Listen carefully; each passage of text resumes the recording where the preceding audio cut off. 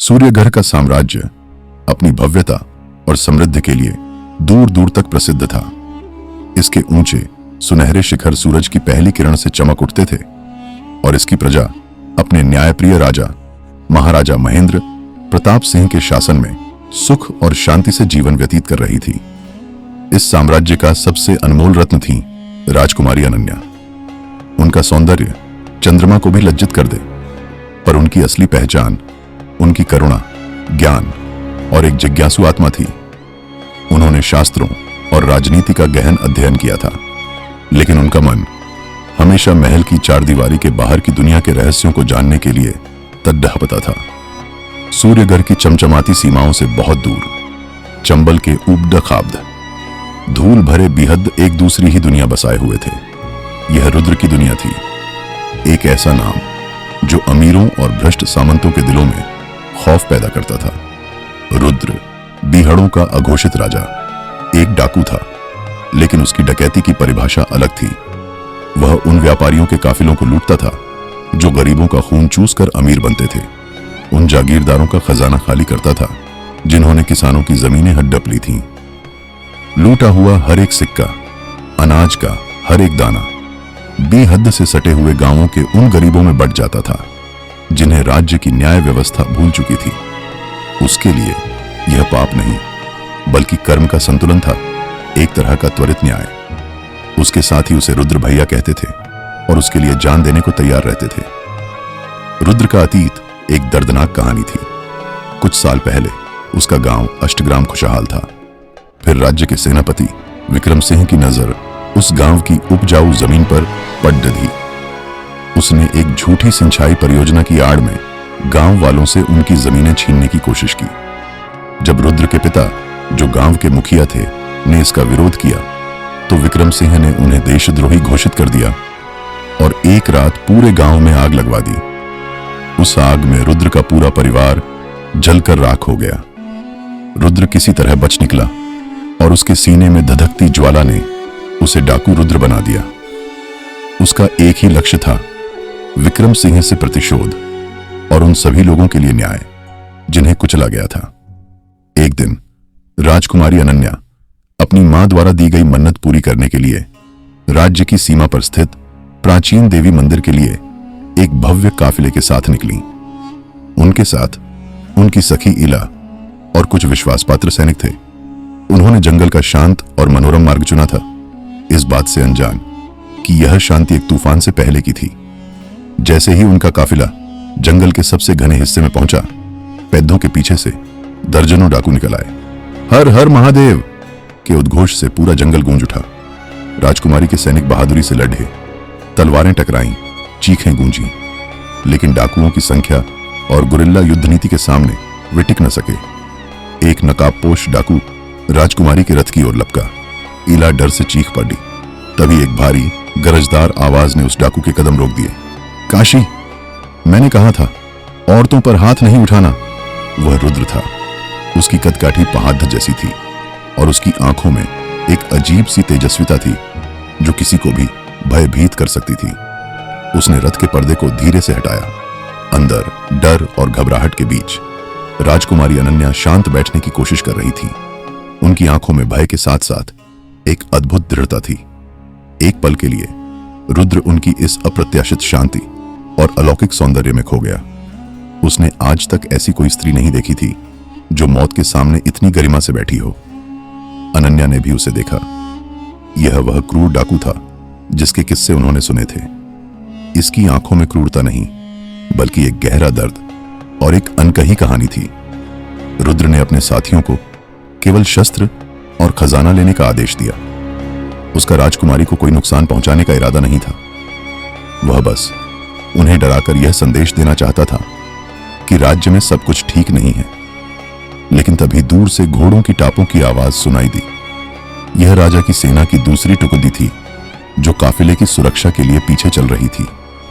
स्थिति बिगड़ गई। दोनों तरफ से तीरों की वर्षा होने लगी। इस अफरा तफरी और भ्रम के बीच रुद्र को एक त्वरित निर्णय लेना पड़ा। अगर राजकुमारी यहां रह गई तो वह दो सेनाओं की लड़ाई के बीच मारी जा सकती थी। उनकी सुरक्षा के लिए उसे कुछ ऐसा करना पड़ा जो वह कभी नहीं करना चाहता था। उसने राजकुमारी को अपने घुड्डे पर बैठाया और बीहड की ओर सरपट दौड़ पड़ा। राजकुमारी अनन्या का अपहरण हो चुका था। रुद्र का ठिकाना भैरव गुफा बाहर से देखने में एक साधारण पहाड़ी थी, लेकिन अंदर यह एक पूरा संसार था, जहां मशालों की रोशनी में दर्जनों लोग अपने अपने काम में लगे थे। औरतें खाना बना रही थीं, बच्चे खेल रहे थे और मर्द हथियारों की धार तेज कर रहे थे। यह किसी डाकुओं का अड्डा नहीं, बल्कि एक छोटा सा आत्मनिर्भर गांव लग रहा था। अनन्या को एक अलग सुरक्षित गुफा में रखा गया। शुरू के कुछ दिन उन्होंने भय, क्रोध और अपमान में बिताए। उन्होंने भागने की एक नाकाम कोशिश भी की, जिसे रुद्र ने बद्दी आसानी से विफल कर दिया। उसने अनन्या को कोई चोट नहीं पहुंचाई, बस शांत स्वर में कहा, राजकुमारी, यह जंगल वैसा नहीं है जैसा आपके काव्यों में लिखा है। यहां हर कदम पर मौत है। आप यहां सुरक्षित हैं। धीरे धीरे अनन्या का डर कम होने लगा और उनकी जिज्ञासु प्रवृत्ति जाग उठी। वह पर्दे के पीछे से रुद्र के जीवन को देखने लगी। उन्होंने देखा कि कैसे रुद्र एक घायल डाकू की मरहम पट्टी खुद कर रहा था। उन्होंने देखा कि लूटे गए अनाज की पहली रोटी गांव की सबसे बूढ़ी अम्मा को दी जा रही थी। उन्होंने देखा कि रुद्र छोटे बच्चों को अक्षर ज्ञान और शस्त्र ज्ञान दोनों सिखा रहा था। यह सब उनके लिए अविश्वसनीय था। एक रात जब अनन्या सो नहीं पा रही थी, वह गुफा के मुहाने पर आ गई। बाहर चांदनी रात थी और रुद्र अकेला आग के पास बैठा अपनी तलवार को देख रहा था। अनन्या ने हिम्मत करके पूछा, क्या तुम्हें कभी इस बात का पछतावा नहीं होता कि तुमने यह रास्ता चुना? रुद्र ने बिना उसकी ओर देखे कहा, पछतावा उस रास्ते पर होता है जिसे हम चुनते हैं राजकुमारी। यह रास्ता मुझ पर थोपा गया है। जब न्याय के मंदिर के दरवाजे आपके लिए बंद हो जाएं, तो आपको अपना मंदिर खुद बनाना पड़ता है। उस रात रुद्र ने उसे अष्टग्राम की कहानी सुनाई। उसने बताया कि कैसे सेनापति विक्रम सिंह ने सत्ता के नशे में उसके परिवार और उसके गांव को तबाह कर दिया। उसने बताया कि कैसे उसने महाराजा तक पहुंचने की कोशिश की, पर हर बार उसकी आवाज को दबा दिया गया। जैसे जैसे वह बोलता गया, उसकी आवाज में दर्द और गुस्सा घुलता गया और अनन्या की आंखों से आंसू बहते रहे। पहली बार उन्हें अपने पिता के राम राज्य की सीमाओं के बाहर की कड़ी डुबी सच्चाई का एहसास हुआ। उन्होंने महसूस किया कि रुद्र एक डाकू नहीं, बल्कि एक घायल योद्धा था, जो एक भ्रष्ट व्यवस्था से लड़ियच रहा था। इस घटना ने सब कुछ बदल दिया। अब वे घंटों बातें करते। अनन्या उसे राजधर्म और नीति के बारे में बताती और रुद्र उसे जमीन की हकीकत और आम आदमी के संघर्ष के बारे में सिखाता। वे एक दूसरे के शिक्षक और छात्र बन गए। सम्मान ने धीरे धीरे प्रशंसा का रूप लिया और प्रशंसा ने कब प्रेम का रूप ले लिया, दोनों को पता ही नहीं चला। उधर सूर्यगढ़ के महल में महाराजा महेंद्र प्रताप अपनी बेटी के गम में टूट चुके थे। सेनापति विक्रम सिंह इस स्थिति का पूरा फायदा उठा रहा था। उसने राजा के कान भरने शुरू कर दिए। महाराज, वह वहशी डाकू आपकी बेटी के साथ न जाने क्या सलूक कर रहा होगा। हमें तुरंत बीहड़ों पर हमला कर देना चाहिए और उस गद्दार का सिर कलम कर देना चाहिए। विक्रम सिंह ने पूरे राज्य में यह अफवाह फैला दी कि रुद्र एक राक्षस है, जिसने राजकुमारी का अपहरण अपनी हवस मिटाने के लिए किया है। प्रजा में गुस्सा बढ़ने लगा। राजा ने दुख और दबाव में आकर विक्रम सिंह को सेना की पूरी कमान सौंप दी। लेकिन विक्रम सिंह का असली इरादा राजकुमारी को बचाना नहीं था। वह जानता था कि अगर राजकुमारी जीवित लौट आई और उन्होंने रुद्र की कहानी सुन ली, तो उसका पर्दाफाश हो जाएगा। उसने चुपके से अपने कुछ सबसे खतरनाक हथियारों को बीहद में भेजा। उनका मिशन था रुद्र और राजकुमारी अनन्या दोनों को खत्म कर देना, ताकि इल्जाम रुद्र पर लगे और विक्रम एक नायक के रूप में उभरे, जो राजकुमारी का बदला लेकर लौटा है। एक रात जब भैरव गुफा में सब सो रहे थे, विक्रम के हत्यारों ने हमला कर दिया। वे छाया की तरह चुपके से आए और संतरियों को मार गिराया। उनका पहला निशाना राजकुमारी की गुफा थी। एक हत्यारा अनन्या की गुफा में घुसा। उसकी आंखों में मौत थी। अनन्या चीखी, लेकिन तभी एक परछाई ने उस हत्यारे को दबोच लिया। वह रुद्र था। उसे आहट हो गई थी। दोनों के बीच एक भयानक लड़ाई शुरू हो गई। गुफा के तंग स्थान में तलवारें टकराने की आवाजें गूंजने लगीं। बाहर भी रुद्र के साथी हथियारों से लड़हच रहे थे। यह एक अप्रत्याशित हमला था। रुद्र एक हत्यारे से लड़ीच ही रहा था कि दूसरे ने पीछे से उस पर वार करना चाहा। अनन्या ने यह देख लिया। उनके पास कोई हथियार नहीं था सिवाय उस छोटी सी कटार के जो वह हमेशा अपने वस्त्रों में छिपाकर रखती थी। बिना एक पल सोचे उन्होंने वह कटार निकाली और पीछे से आए हत्यारे की जांघ में घोंप दी। हत्यारा दर्द से चीखा और रुद्र को संभलने का मौका मिल गया। उसने पलटकर दोनों हत्यारों को ढेर कर दिया। पहली बार राजकुमारी और डाकू एक दूसरे के लिए लड़ते थे। वे अब बंदी और अपहरणकर्ता नहीं थे बल्कि साथी थे। लड़ाई खत्म होने के बाद रुद्र ने एक मरे हुए हत्यारे की कलाई पर एक विशेष चिन्ह देखा। यह सेनापति विक्रम सिंह के निजी अंगरक्षकों का चिन्ह था। सारी कहानी शीशे की तरह साफ हो गई।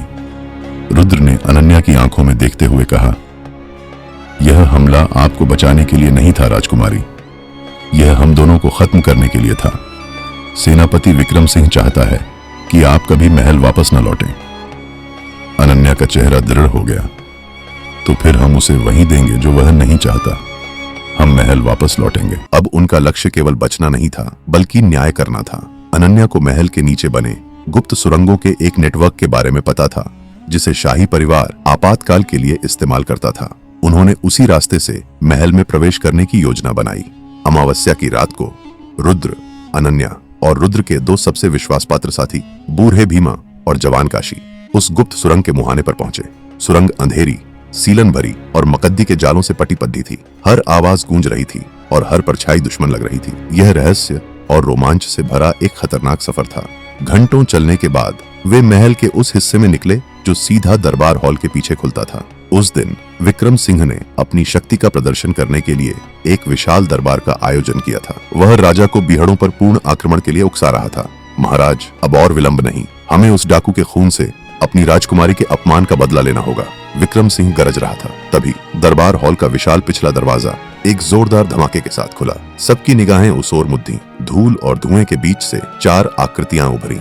सबसे आगे राजकुमारी अनन्या थीं। उनका चेहरा शाही तेज से दमक रहा था। उनके बगल में डाकू रुद्र खद्दा था जिसकी आंखों में अब प्रतिशोध नहीं बल्कि न्याय की ज्वाला थी। पूरे दरबार में सन्नाटा छा गया। राजा अपनी बेटी को जीवित देखकर अपनी कुर्सी से खड्डे हो गए। उनकी आंखों में आंसू थे। विक्रम सिंह का चेहरा सफेद पड़ गया। यह नामुमकिन था। ठहर जाइए सेनापति, अनन्या की आवाज पूरे हॉल में गूंजी। जिस अपमान का बदला लेने की आप बात कर रहे हैं उस अपमान के असली रचयिता तो आप स्वयं हैं। विक्रम तुरंत संभला और हंसा। देखिए महाराज, इस डाकू ने आपकी बेटी का कैसा ब्रेन वॉश कर दिया है। यह वही बोल रही है जो इसे सिखाया गया है। यह बेचारी तो चुप रहो विक्रम सिंह, अनन्या दहाड़ दी। मेरे पास तुम्हारी गद्दारी का सबूत है। उन्होंने उस हत्यारे की कलाई से निकाला गया चिन्ह राजा के सामने फेंक दिया। यह आपके वफादार अंगरक्षकों का चिन्ह है जो मुझे और रुद्र को मारने आए थे, बचाने नहीं। रुद्र ने आगे बढ़कर कहा, महाराज, मैं एक डाकू हूँ क्योंकि आपकी न्याय व्यवस्था ने मुझे बनाया। आपके सेनापति ने मेरे गांव को उजाड़ा, मेरे परिवार को मारा और अनगिनत बेगुनाहों पर अत्याचार किए। तभी दरबार के मुख्य द्वार से बूढ़े भीमा के साथ अष्टग्राम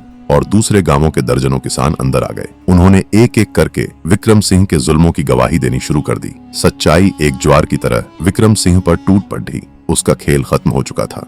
जब उसने देखा कि राजा के सैनिक उसकी ओर बढ़ रहे हैं तो उसने अपनी आखिरी चाल चली। उसने अपनी तलवार निकाली और बिजली की गति से अनन्या को पकड़कर उनकी गर्दन पर रख दी। पीछे हटो सब, वह चीखा, वरना राजकुमारी मारी जाएगी। लेकिन वह रुद्र को कम आंक रहा था। रुद्र ने एक पत्थर उठाया और उसे इतनी सटीकता से फेंका कि वह सीधा विक्रम के तलवार वाले हाथ पर लगा। तलवार छूटकर नीचे गिर गई। इससे पहले कि विक्रम संभलता, रुद्र हवा में उछलकर उसके सामने आ गया। अब यह दो दुश्मनों की अंतिम लड़ाई थी। एक तरफ सत्ता का भूखा भ्रष्ट सेनापति और दूसरी तरफ न्याय के लिए लड़ने वाला एक बागी। दरबार हॉल तलवारों की झंकार से गूंज उठा। विक्रम एक प्रशिक्षित सैनिक था लेकिन रुद्र बेहद की उपज था। उसकी लड़ाई में ताकत के साथ साथ चालाकी भी थी।